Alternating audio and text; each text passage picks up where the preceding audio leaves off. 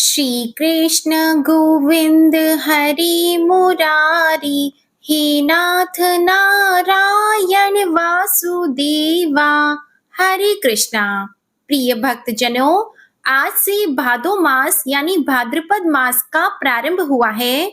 ये मास भगवान श्री हरि यानी श्री कृष्ण भगवान का बहुत ही प्रिय मास है। इस महीने में भगवान श्री कृष्ण की कथाएं सुनी जाती हैं। आज से आप हमारे इस चैनल पर भाद्रपद मास महात्म्य की कथाएं नियम से सुनेंगे। जो भी भक्तजन श्रीमद् भागवत पुराण की कथाएं सुनना चाहते हैं तो उसकी वीडियोस नियम से हमारे दूसरे चैनल वामिका साधना पर सुनाई जाएंगी। तो आप वामिका साधना चैनल को सब्सक्राइब करके भागवत की कथाएं नियम से रोज सुन सकते हैं। आइए सबसे पहले जानते हैं भाद्रपद मास से जुड़े जरूरी नियमों के बारे में।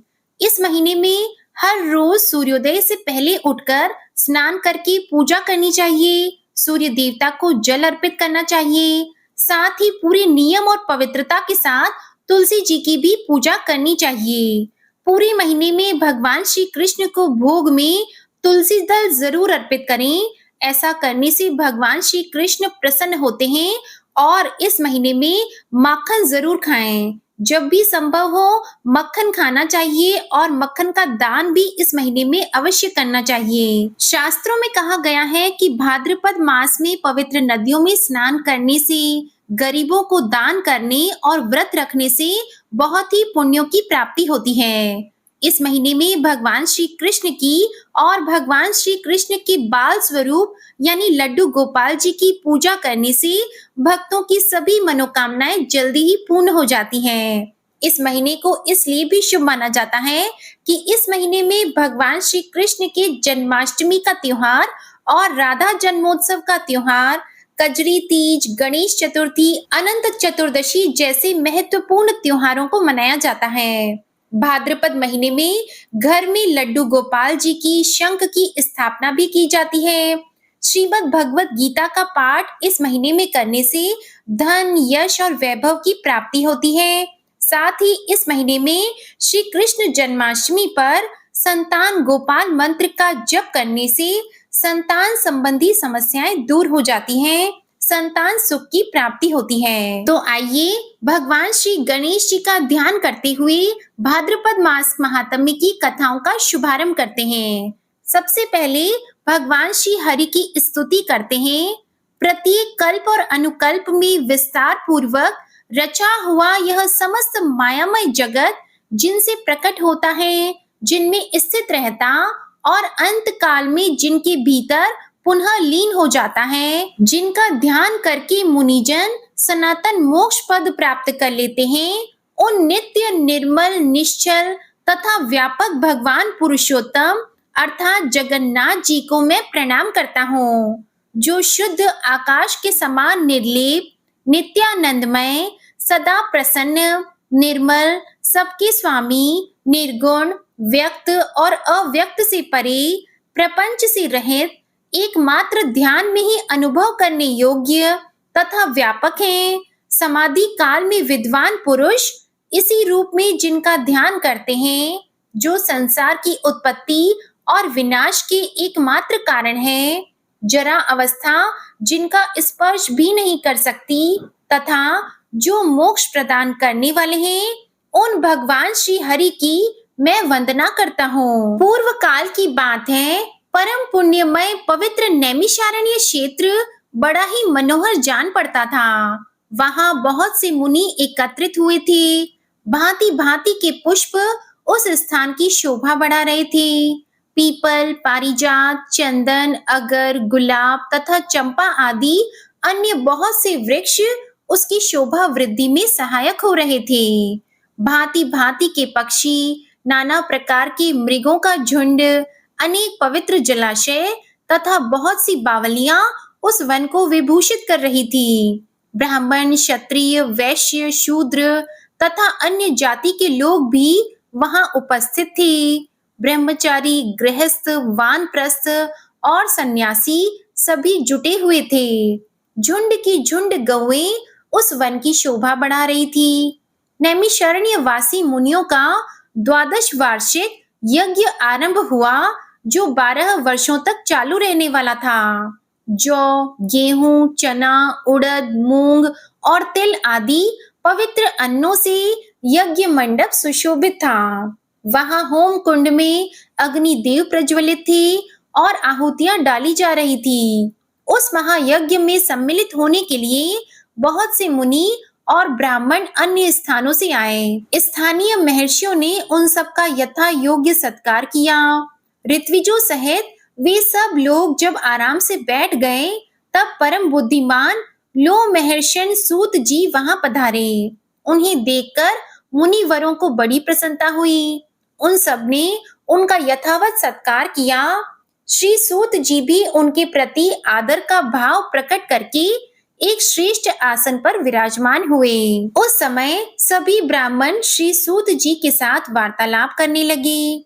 बातचीत के अंत में सबने व्यास शिष्य लो महर्षण जी से अपना संदेह पूछा। सभी मुनियों ने हाथ जोड़कर श्री सूत जी से पूछा, हे लो महर्षण जी, पृथु के जन्म की कथा आप हमें विस्तार पूर्वक सुनाइए। उन महात्मा ने इस पृथ्वी का किस प्रकार दोहन किया था, यह सब हमें जानने की बड़ी ही तीव्र इच्छा है। तब लो महर्षण जी श्री सूत जी बोले, हे द्विजवरों, मैं वेन कुमार पृथु की कथा विस्तार के साथ आपको सुनाता हूँ। आप लोग एकाग्रचित होकर सुने। हे ब्राह्मणों, जो पवित्र नहीं रहता, जिसका हृदय खोटा है, जो अपने शासन में नहीं है, जो व्रत का पालन नहीं करता तथा जो कृतघ्न और अहितकारी है, ऐसे पुरुष को मैं यह प्रसंग नहीं सुना सकता। यह स्वर्ग देने वाला, यश और आयु की वृद्धि करने वाला, परम धन्य, वेदों के तुल्य, माननीय तथा गूढ़ रहस्य है। ऋषियों ने जैसा कहा है वह सब मैं ज्यों का त्यों सुना रहा हूँ। ध्यान पूर्वक सुनो। जो प्रतिदिन ब्राह्मणों को नमस्कार करके वेन कुमार पृथु के चरित्र का विस्तार पूर्वक कीर्तन करता है, उसे अमुक कर्म मैंने किया और अमुक नहीं किया, इस बात का शोक नहीं होता। पूर्व काल की बात है, अत्रि कुल में उत्पन्न प्रजापति अंग बड़े धर्मात्मा और धर्म के रक्षक थे। वे अत्रि के समान ही तेजस्वी थे। उनका पुत्र वेन था, जो धर्म के तत्व को बिल्कुल नहीं समझता था। उसका जन्म मृत्यु कन्या सुनीता के गर्भ से हुआ था। अपने नाना के स्वभाव दोष के कारण वह धर्म को पीछे रखकर काम और लोभ में प्रवृत्त हो गया। उसने धर्म की मर्यादा भंग कर दी और वैदिक धर्मों का उल्लंघन करके वह अधर्म में तत्पर हो गया। विनाश काल उपस्थित होने के कारण उसने यह क्रूर प्रतिज्ञा कर ली थी कि किसी को यज्ञ और होम नहीं करने दिया जाएगा। यजन करने योग्य, यज्ञ करने वाला तथा यज्ञ भी मैं ही हूँ। मेरे ही लिए यज्ञ करना चाहिए, मेरे ही उद्देश्य से हवन होना चाहिए। इस प्रकार मर्यादा का उल्लंघन करके सब कुछ ग्रहण करने वाले अयोग्य वेन से मरीचि आदि सब महर्षियों ने कहा, वेन, हम अनेक वर्षों के लिए यज्ञ की दीक्षा ग्रहण करने वाले हैं। तुम अधर्म न करो। यह यज्ञ आदि कार्य सनातन धर्म है। महर्षियों को ऐसा कहते देखकर खोटी बुद्धि वाले वेन ने हंसकर कहा, अरे, मेरे सिवा दूसरा कौन धर्म का सृष्टा है? मैं किसकी बात सुनूं? विद्या, पराक्रम, तपस्या और सत्य के द्वारा मेरी समानता करने वाला इस भूतल पर कौन है? मैं ही संपूर्ण प्राणियों की और विशेषतः सब धर्मों की उत्पत्ति का कारण हूँ। तुम सब लोग मूर्ख और अचेत हो, इसलिए मुझे नहीं जानते। यदि मैं चाहूं तो इस पृथ्वी को भस्म कर दूं, जल में बहा दूं या भूलोक तथा द्युलोक को भी रौंद डालूं। इसमें तनिक भी अन्यथा विचार करने की आवश्यकता नहीं है। जब महर्षि गण वेन को मोह और अहंकार से किसी तरह हटा न सके, तब उन्हें बड़ा क्रोध हुआ। उन महात्माओं ने महाबली वेन को पकड़कर बांध लिया। उस समय वह बहुत उछल कूद मचा रहा था। महर्षि कुपित तो थे ही, वेन की बाईं जंघा का मंथन करने लगी। इससे एक काले रंग का पुरुष उत्पन्न हुआ, जो बहुत ही नाटा था। वह भयभीत होकर हाथ जोड़कर खड़ा हो गया उसे व्याकुल देखकर ऋषि अत्रि ने कहा, निषीद अर्थात बैठ जा। इससे वह निषाद वंश का प्रवर्तक हुआ और वेन के पाप से उत्पन्न हुए धीवरों की सृष्टि करने लगा। इसके बाद महात्माओं ने पुनः अरणि की भांति वेन की दाहिनी भुजा का मंथन किया। उससे अग्नि के समान तेजस्वी पृथु का प्रादुर्भाव हुआ। वे भयानक टंकार करने वाले आजगव नामक धनुष, दिव्य बाण तथा रक्षार्थ कवच धारण किए प्रकट हुए थे। उनके उत्पन्न होने पर समस्त प्राणी बड़े प्रसन्न हुए और सब ओर से वहां एकत्रित होने लगे। वेन स्वर्गगामी हो गया। महात्मा पृथु जैसे सतपुत्र ने उत्पन्न होकर वेन को पुम नामक नरक से छुड़ा दिया।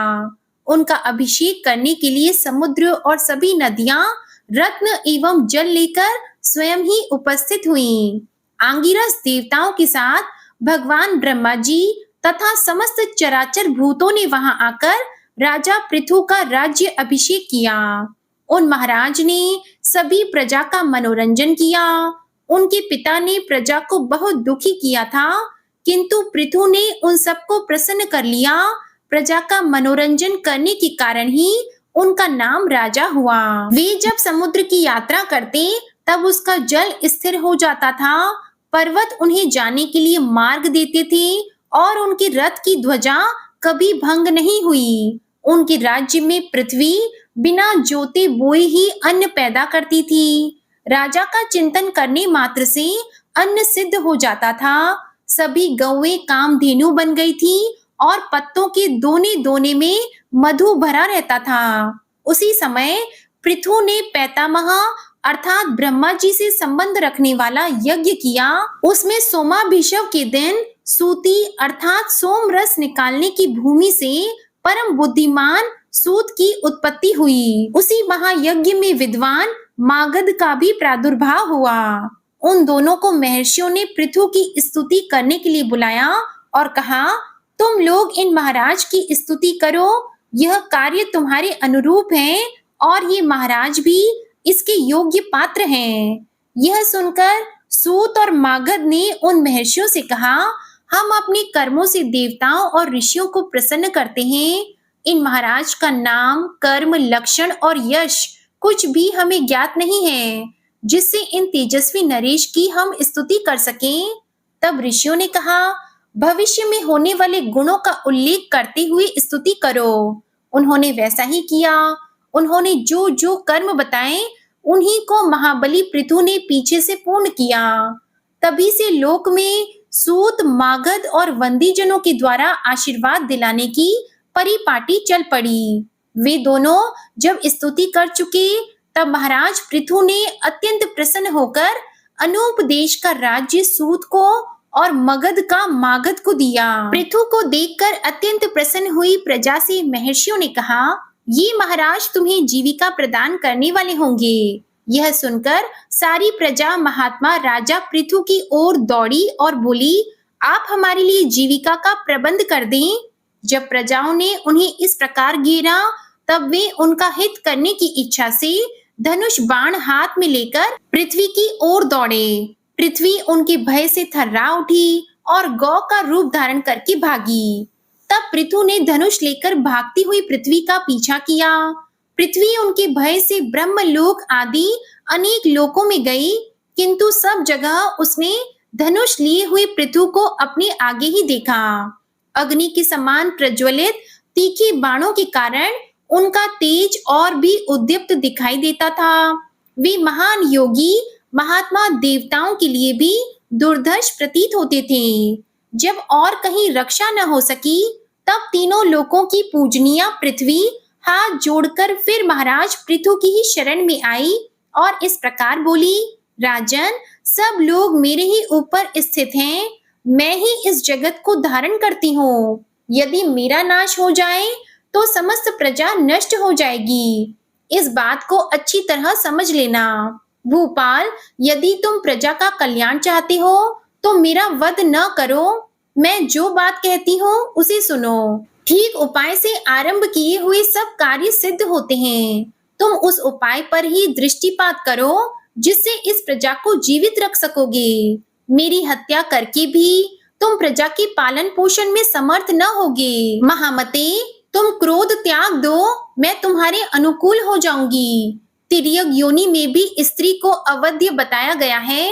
यदि यह बात सत्य है तो तुम्हें धर्म का त्याग नहीं करना चाहिए।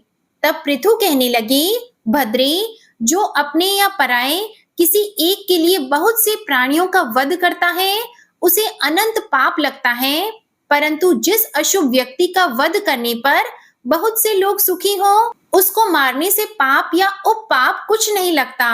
अतः वसुंधरे, मैं प्रजा का कल्याण करने के लिए तुम्हारा वध करूंगा। यदि मेरे कहने से आज संसार का कल्याण नहीं करोगी तो अपने बाण से तुम्हारा नाश कर दूंगा और अपने को ही पृथ्वी रूप में प्रकट करके स्वयं ही प्रजा को धारण करूंगा। इसलिए तुम मेरी आज्ञा मानकर समस्त प्रजा की जीवन रक्षा करो, क्योंकि तुम सबके धारण में समर्थ हो। इस समय मेरी पुत्री बन जाओ, तभी मैं इस भयंकर बाण को जो तुम्हारे वध के लिए तत्पर है इसे रोकूंगा। पृथ्वी बोली, वीर, निसंदेह मैं यह सब कुछ करूंगी। मेरे लिए कोई बछड़ा देखो जिसके प्रति स्नेह युक्त होकर मैं दूध दे सकूं। धर्मात्माओं में श्रेष्ठ भूपाल, तुम मेरे सब ओर बराबर कर दो जिससे मेरा दूध सब ओर बह सके। तब राजा पृथु ने अपने धनुष की नोक से लाखों पर्वतों को उखाड़ा और उन्हें एक स्थान पर एकत्रित किया। इससे पर्वत बढ़ गए। इससे पहले की सृष्टि में भूमि समतल न होने के कारण पुरों अथवा गांव का कोई सीमाबद्ध विभाग नहीं हो सका था। उस समय अन्न, गोरक्षा, खेती और व्यापार भी नहीं होते थे। यह सब तो वेन कुमार पृथु के समय से ही आरंभ हुआ है। भूमि का जो जो भाग समतल था वहीं वहीं पर समस्त प्रजा ने निवास करना पसंद किया। उस समय तक प्रजा का आहार केवल फल मूल ही था और वह भी बड़ी कठिनाई से मिलता था। राजा पृथु ने स्वयंभू मनु को बछड़ा बनाकर अपने हाथ में ही पृथ्वी को दुहा। उन प्रतापी नरेश ने पृथ्वी से सब प्रकार के अन्नों का दोहन किया। उसी अन्न से आज भी सब प्रजा जीवन धारण करती है। उस समय ऋषि, देवता, पितर, नाग, दैत्य, यक्ष, पुण्यजन, गंधर्व, पर्वत और वृक्ष सबने पृथ्वी को दुहा। उनके दूध, बछड़ा, पात्र और दुहने वाला ये सभी अलग अलग थे। इस प्रकार सबका धारण पोषण करने वाली यह पावन वसुंधरा समस्त चराचर जगत की आधारभूता तथा उत्पत्ति स्थान है। यह सब कामनाओं को देने वाली तथा सब प्रकार के अन्नों को अंकुरित करने वाली है। गोरूपा पृथ्वी मेदिनी के नाम से विख्यात है। यह समुद्र तक पृथु के ही अधिकार में थी। मधु और कैटब के मेद से व्याप्त होने के कारण यह मेदिनी कहलाती है। फिर राजा पृथु की आज्ञा के अनुसार भूदेवी उनकी पुत्री बन गई, इसलिए इसे पृथ्वी भी कहते हैं। पृथु ने इस पृथ्वी का विभाग और शोधन किया, जिससे यह अन्न की खान और समृद्धिशालिनी बन गई। गांवों और नगरों के कारण इसकी बड़ी शोभा होने लगी। वेन कुमार महाराज पृथु का ऐसा ही प्रभाव था।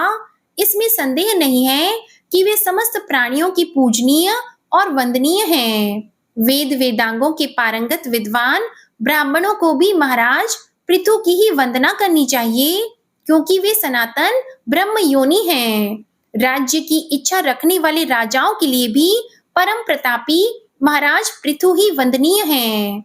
युद्ध में विजय की कामना करने वाले पराक्रमी योद्धाओं को भी उन्हें मस्तक झुकाना चाहिए, क्योंकि योद्धाओं में वे अग्रगण्य थे। जो सैनिक राजा पृथु का नाम लेकर संग्राम में जाता है वह भयंकर संग्राम से भी सकुशल लौटता है और यशस्वी होता है।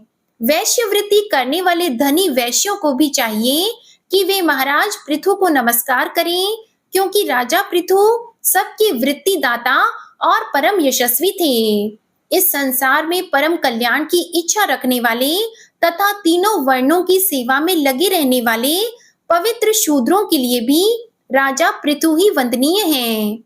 इस प्रकार जहाँ पृथ्वी को दोहने के लिए जो विशेष विशेष बछड़े, दोहने वाले, दूध तथा पात्र कल्पित किए गए थे, उन सबका मैंने विस्तार पूर्वक वर्णन कर दिया। इसके बाद जो कुछ भी ऋषियों ने लोमहर्षण सूत जी से पूछा, इसका वृतांत आप अगले अध्याय में जरूर सुनिएगा। अब आप सुनिए श्री कृष्ण चालीसा पाठ। बंशी शोभित कर मधुर, नील जलद तन श्याम, अरुण अधर जनुबिंब फल, नयन कमल अभिराम। पूर्ण इंद्र अरविंद मुख, पीतांबर शुभ साज, जय मनमोहन मदन छवि, कृष्ण चंद्र महाराज। जय यदुनंदन जय जगवंदन, जय वसुदेव देवकी नंदन, जय यशोदा सुत नंद दुलारे, जय प्रभु भक्तन के द्रुग तारे। जय नट नागर नाग नथैया, कृष्ण कन्हैया धेनु चरैया। पुनि नख पर प्रभु गिरिवर धारो, आओ दीनन कष्ट निवारो। वंशी मधुर अधर धरि टेरो, होवे पूर्ण विनय यह मेरो। आओ हरि पुनि माखन चाखो, आज लाज भारत की राखो। गोल कपोल चिबुक अरुणारी, मृदु मुस्कान मोहिनी डारी। राजित राजीव नयन विशाला, मोर मुकुट वैजंती माला। कुंडल श्रवण पीत पट आछी, कटी किंकिणी काचनि काछी। नील जलज सुंदर तनु सोहे, छवि लखी सुर नर मुनि मन मोहे। मस्तक तिलक अलक घुंघराले, आओ कृष्ण बांसुरी वाले। करि पय पान पुत नहीं तारियो, अका बका का सुर मारियो। मधुवन जलत अगिन तब ज्वाला, भय शीतल लखतहि नंद लाला। सुरपति जब ब्रज चढ़्यो साई, मूसर धार वारी वर्षाई। लगत लगत व्रज चहन बहायो, गोवर्धन नख धारी बचायो। लखी यशोदा मन भ्रम अधिकाई, मुख मंद 14 भुवन दिखाई। दुष्ट कंस अति उधम मचायो, कोटि कमल जब फूल मंगायो। नाथी कली यहीं तब तुम लीन है, चरण चिन्ह दे निर्भय कीन है। करि गोपिन संग रास विलासा, सबकी पूर्ण करि अभिलाषा। केतिक महा असुर संहार्यो, कंस ही केस पकड़ी दे मारियो। मात पिता की बंदी छुड़ाई, उग्रसेन कह राज दिलाई। महिषी मृतक छहो सुत लायो, मातु देव की शोक मिटायो। भौमासुर मुर दैत्य सहारी, लाए 68 सहस कुमारी। देवी मही तृण चीर सहारा, जरा सिंधु राक्षस कहि मारा। असुर बकासुर आदिक मारियो, भक्तन के तब कष्ट निवार्यो। दीन सुदामा की दुख टारियो, तंदुल 3 मूठ मुख डारियो। श्री कृष्ण चालीसा समाप्त होती है। प्रेम से बोलिए भगवान श्री कृष्ण की जय, गौ माता की जय। आपको ये कथा पसंद आई हो तो वीडियो को लाइक कीजिएगा, शेयर कीजिएगा, कमेंट में भगवान श्री कृष्ण जी की जय लिखिएगा और चैनल को भी सब्सक्राइब कीजिएगा। इसी के साथ श्रीमद् भागवत महापुराण की कथाएं आप हमारे चैनल वामिका साधना पे नियम से जरूर सुनिएगा। और आज मंगलवार व्रत की कथा भी आप हमारे चैनल पर जरूर सुनिएगा। प्रेम से बोलिए भगवान श्री कृष्ण की जय।